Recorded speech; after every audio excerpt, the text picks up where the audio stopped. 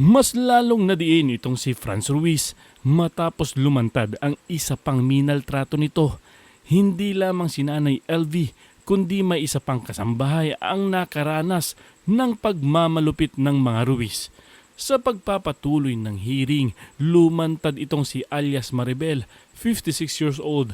Ibinahagi nito ang kanyang kwento sa CIDG at ang nakakatromang karanasan sa kamay ni Franz Ruiz.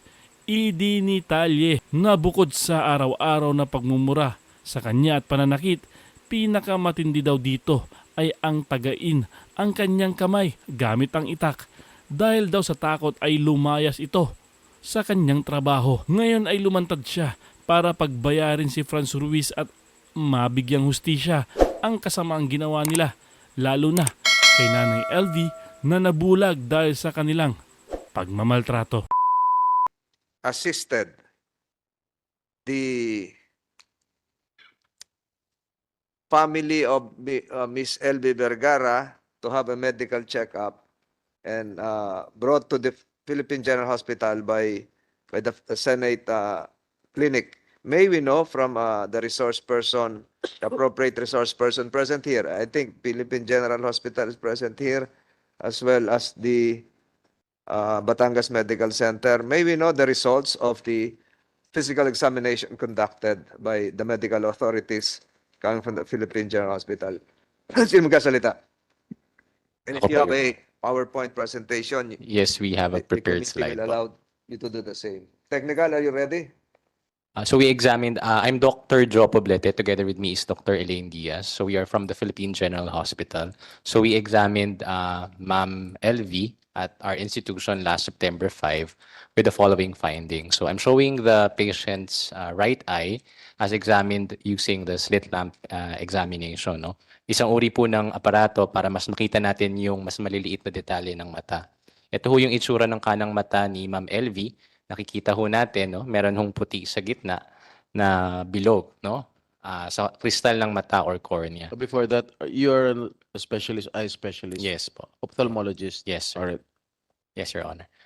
So what we're seeing po is calcific plaque, no? Parang kaliskis po, no?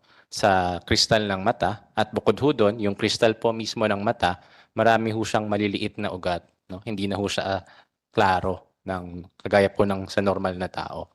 Bukod ho doon, sa ilalim po niya, meron hong parang membrane na nakita, parang balok po na tumatakip doon sa gitna ng paningin, kaya halos wala na ho siyang makita. Yung paningin ho ng kanang mata, hand movement with fair light projection, ibig sabihin, nakakaaninag na lang po ng galaw ng kamay at nakakasabi po kung saan po yung direksyon ng ilaw. Ganun na lang po kalabo yung natitirang paningin. Next slide po.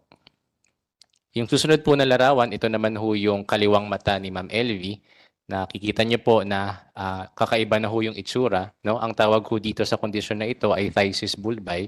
Ibig sabihin ho, kuluntoy na ho yung mata, malambot na ho dahil sa malaking damage na tinamasa niya. No? Ano po, Doktor, ano po yung mga guhit-guhit na brown?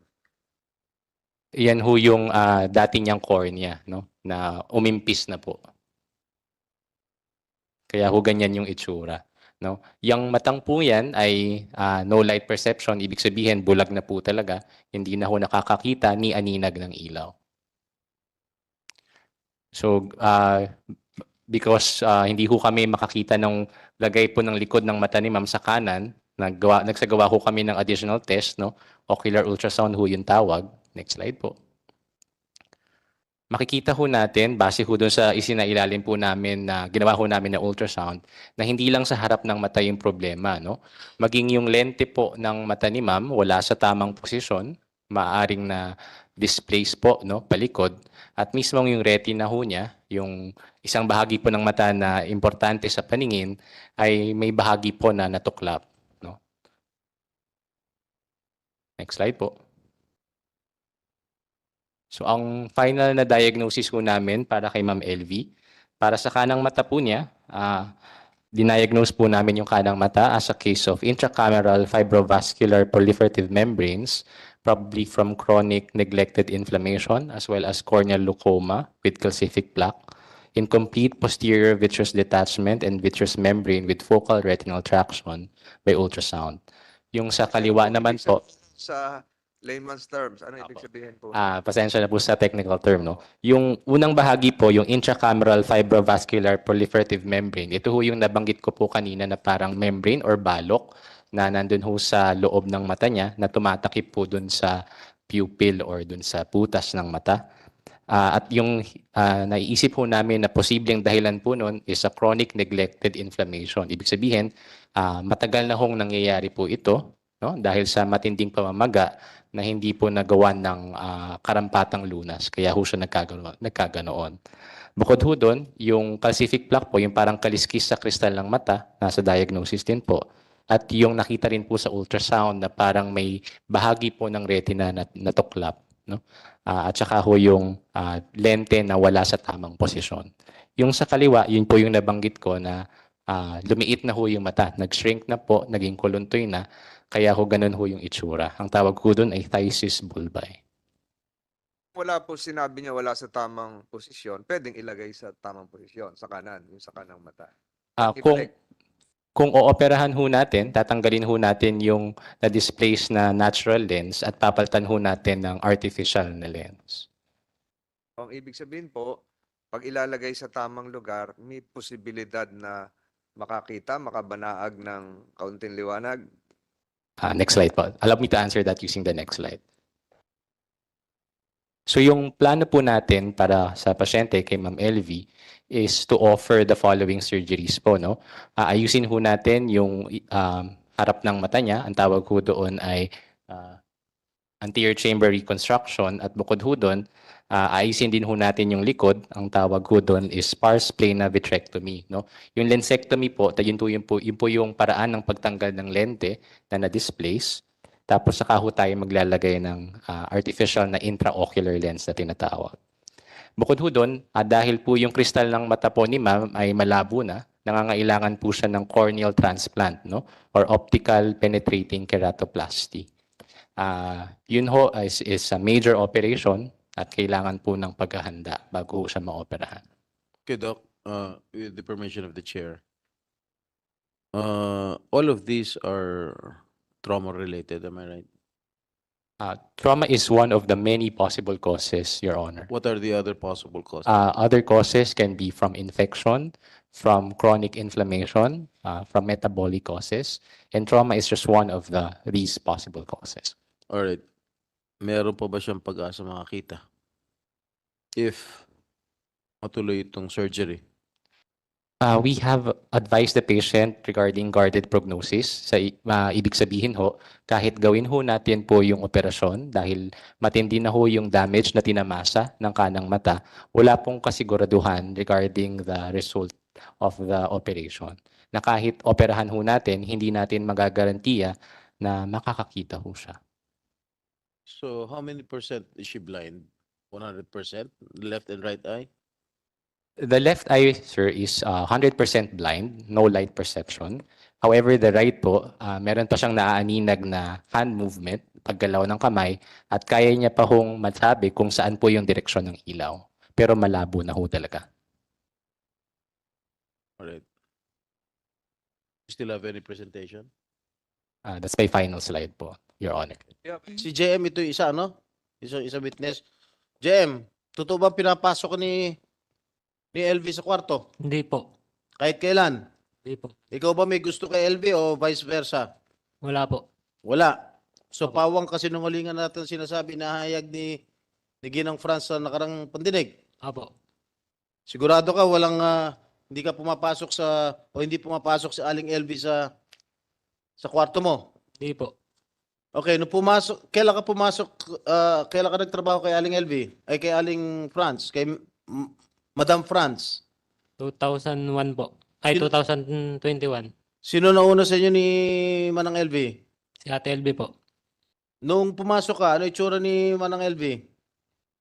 Malibag po eh. Ano? Malibag po. Ano to? madumi. Apo. Malib. Okay. Siguro ang tinatanong ni ang tutumbukin ni Senator Estrada, Yun bang sitwasyon ngayon ni Manang LB at nung unang nakita mo pareho? Nung unang kita ko po sa kanya, may mga sugat-sugat po ang katawan. So naabutan mo, nung bagong pasok ka, naabutan mo na meron mga pasa, Opo. mga sugat Opo. sa kanyang katawan. Ano parte ng katawan? Sa mukha ba? Sa braso Sa ba? Sa po, binti? Sa Sa mukha po dibdib? Sa tsaka likod? sa leeg. Ha? Sa mukha po tsaka sa leeg tsaka sa Sa kamay. mukha. Pero hindi pa siya bulag nung araw. Hindi pa po. Nakakakita ba siya ng dalawa niya mata? Opo. Totoo?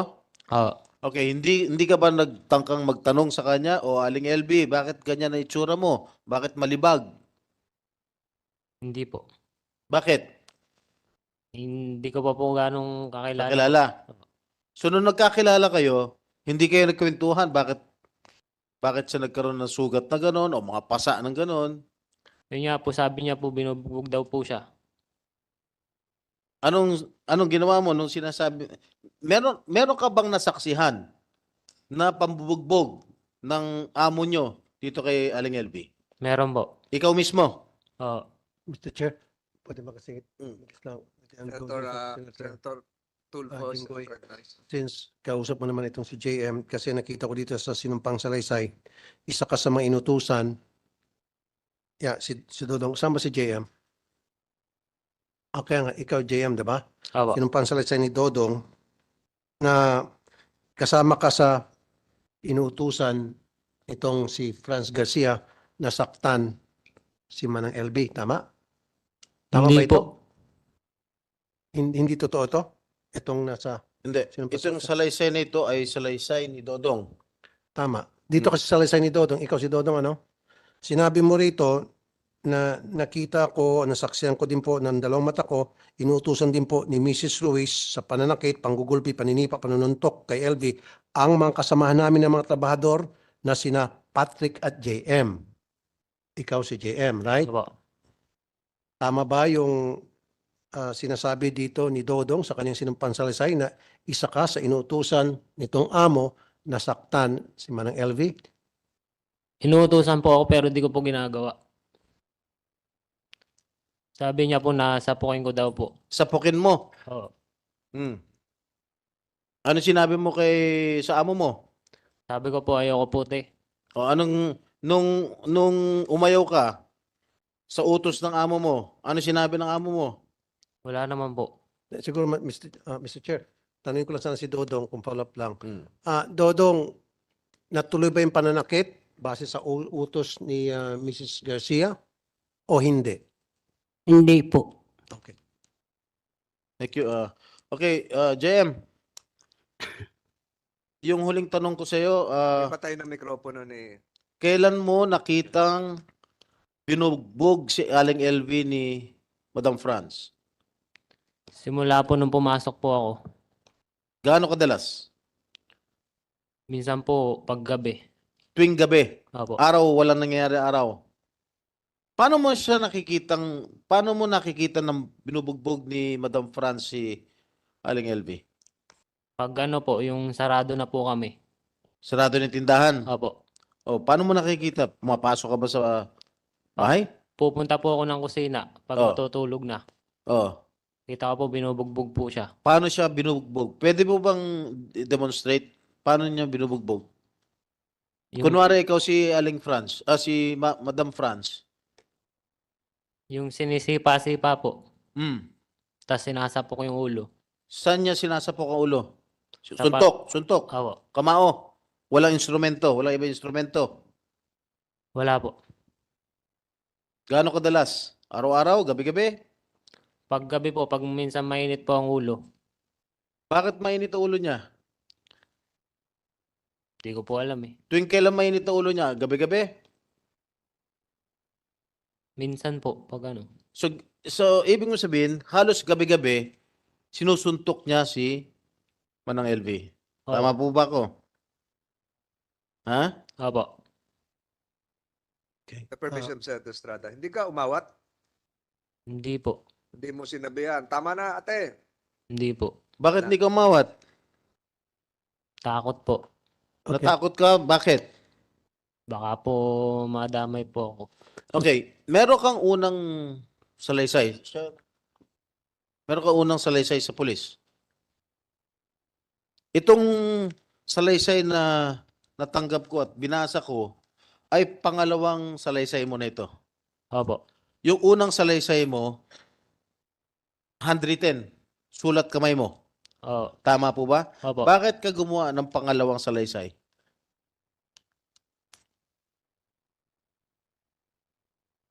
At binabawi mo yung unang salaysay mo. Kaiba, yung unang salaysay mo, kakaiba doon sa pangalawang salaysay mo na iyong pinirmahan sa CIDG, Mindoro Police, noong September 12. So, bakit magkaiba? Nung una, kang tanong ni Senator Estrada, parang pinagtatanggol mo si Mrs. Franz Ruiz. Yung pangalawa, iba na yung sinasabi mo. Yung una bang ginawa mo ay may nagturo sa'yo. Meron po. Sino? Si Ate Franz po. Pirma ka. Opo. Saan nangyari? Sa tindahan niya po. Wala kang kopya nung unang salaysay dahil wala kaming kopya rito. Wala po. Anong inilahad mo sa unang salaysay mo? Nailagay ko daw po na si Ate LB napasok po sa kwarto ko. Na Napasok. pumasok si Aling LV sa kwarto mo. Opo. Oh. Tapos, Tsaka po yung naglalagay po nung kalawang sa heater. naglalagay ng kalawang sa Heater. heater. Opo. Oh, tapos, Tapos ako daw po ang sabing may gawa nung pag sa mata niya po. ano? Yung pagsapok sa mata niya po. Pagsandok sa mata? Pagsapok po. Pagsapok sa mata, oh. Ano pa? Tsaka yung pong pagsunog ng washing. Pagsunog ng Washing po. washing machine. Oo. Ano pa? Lahat yan ay tinuro siya ni Franz. Opo. Ano pa? Meron pa raw naglalagay ng buhok, Opo. pubic hair, sa pagkain. Totoo ba? Siya Hindi. nagdikta nun? Opo. Siya po. Totoo bang meron nilalagay si Aling LV? Wala po. Ano pa?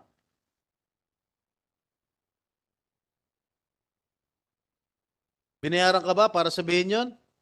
Wala po. Walang ano? Wala po. Di ba umalis ka, no? Lumayas ka at pinabalik ka ni Jerry. Opo. Tama po ba? Opo. Tapos naisip mo, kaya ka pinabalik ni Jerry dahil para gumawa ka ng salaysay, yung unang salaysay mo. Opo. Tama po ba? Opo. Sige, tuloy mo. Ano pa sinabi ni Franz? Yung yun nga po, paglagay po ng buhok sa mga pagkain. So, hindi totoo na doon sa unang salaysay mo na hindi totoo na sinaktan mo o sinapok mo si LV sa mata. Hindi po. Walang katotohanan. Wala po. Hindi mo kahit kailan pinagbuhatan ng kamay si Aling LV. Yung ano lang po, nung dati po, Paano dati? nung ginamit ni Ate Elbing basahan po ang damit ko. Nung ginawang basahan yung damit mo. Opo. Ano ginawa mo kay Manang LV? Natabig ko lang po yung kanyang ulo sa sobrang inis po. Sa sobrang inis. Opo. Hindi magresulta ng pagkabulag ng kanya mata, yung pagtulak mo.